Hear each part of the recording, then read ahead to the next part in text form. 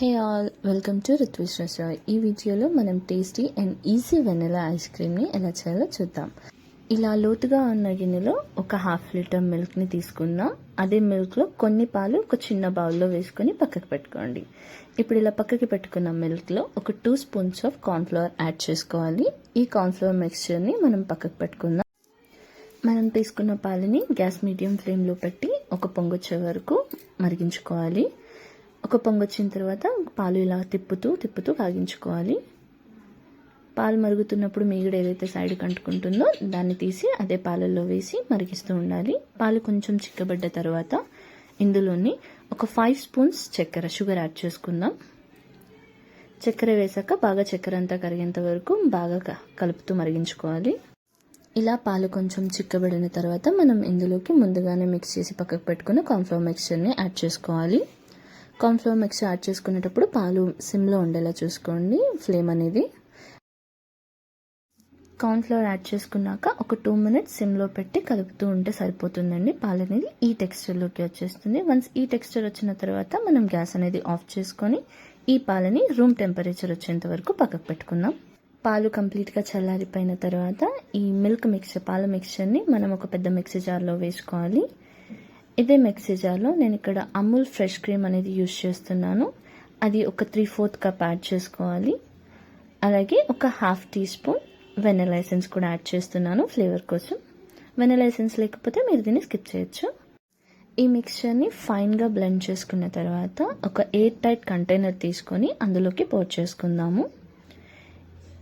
ఇది air tight కంటైనర్లో వేసిన తర్వాత ఈ ఐస్ క్రీమ్ బాక్స్ని మనం ఒక 2 అవర్స్ ఫ్రీజర్లో పెట్టుకోవాలి. ఈ గ్యాప్లో మనం క్యారమెల్ ఎలా చేసుకోవాలో చూద్దాం. సో క్యారమెల్ చేసుకోవడానికి గ్యాస్ మీద పాన్ పెట్టుకొని మీడియం ఫ్లేమ్ పెట్టుకొని పాన్ బాగా హీట్ అయిన తర్వాత ఒక 4 స్పూన్స్ ఆఫ్ షుగర్ ఇలా స్ప్రెడ్ చేసి వదిలేసేయండి. షుగర్ ఇలా కరగడం స్టార్ట్ అవుతుంది. షుగర్ అలా కరగడం స్టార్ట్ అయినప్పుడు గరిటెతోటి ఇలా కలుపుతూనే ఉండాలి. చక్కెర పూర్తిగా కరిగిపోయిన తర్వాత మంట సిమ్లో పెట్టుకొని ఇందులోకి ఒక టీ స్పూన్ బటర్ని యాడ్ చేసుకుందాం. బటర్ యాడ్ చేసుకొని కలుపుతూనే ఉండాలి. బటర్ బాగా కలిసిన తర్వాత ఇందులోకి ఒక 10 నుంచి 15 వరకు జీడిపప్పు పలుకులను యాడ్ చేసుకుందాం.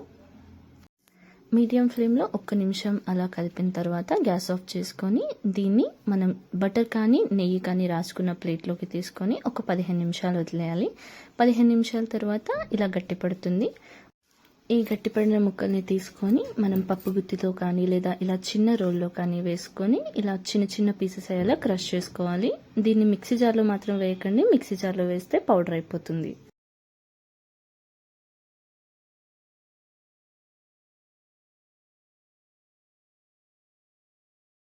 ఇప్పుడు మనం 2 అవర్స్ ఫ్రీజర్లో పెట్టిన ఐస్ క్రీమ్ మిక్స్చర్ తీసి చూస్తే ఇలా ఉంటుంది. ఇలా ఉన్న ఈ మిక్స్చర్ని మళ్ళీ ఒక మిక్సీ జార్లో వేసుకొని స్పీడ్ 1లోనే పెట్టుకొని స్మూత్ ఫ్రాతింగ్ వచ్చేంత వరకు ఆపుతూ ఇలా బ్లెండ్ చేసుకోవాలి. ఇలా బ్లెండ్ చేసుకున్న మిక్స్చర్ని మళ్ళీ అదే బౌల్లోకి తీసుకుందాం. తీసుకున్న తర్వాత ఇక్కడ మనం క్రష్ చేసుకున్న క్యారమెల్ నట్స్ని యాడ్ చేసుకుందాం. చూసారు కదా ఐస్ క్రీమ్ మిక్స్చర్ అనేది ఎంత ఫ్రాతీగా ఉందో. ఇలా ఫ్రాతింగ్గా ఉన్న మిక్స్చర్ని మళ్ళీ సేమ్ అదే కవర్ అనేది మనం దాని మీద ప్లేస్ చేసి దీన్ని మూత పెట్టి ఒక 8 అవర్స్ వరకు దీన్ని ఫ్రీజర్లో పెడదాం. 8 అవర్స్ తర్వాత చూసారు కదండి మన వెనిలా ఐస్ క్రీమ్ అనేది ఎంత ఫ్రాతీగా అండ్ ఎంత స్మూత్గా వచ్చిందో. ఇప్పుడు దీన్ని స్కూప్ అవుట్ చేసుకొని ఒక బౌల్లో వేసుకొని క్యారమెల్ నట్స్తో సర్వ్ చేసుకుంటే మన easy and tasty home made vanilla ice cream ready. Process time taking అయినా స్టెప్స్ మాత్రం ఈజీ అండి. ఒక్కసారి ఇలా ఇంట్లో ప్రిపేర్ చేసుకున్నారు అంటే ఈ సమ్మర్లో మనకి బయట ఐస్ క్రీమ్స్ కంటే కూడా ఇదే బెటర్ అనిపిస్తుంది. సో ఈ వెనిలా ఐస్ క్రీమ్ మీకు నచ్చినట్లయితే కనుక లైక్ చేసి షేర్ చేసి ఛానల్ని సబ్స్క్రైబ్ చేసుకోండి. Thank you.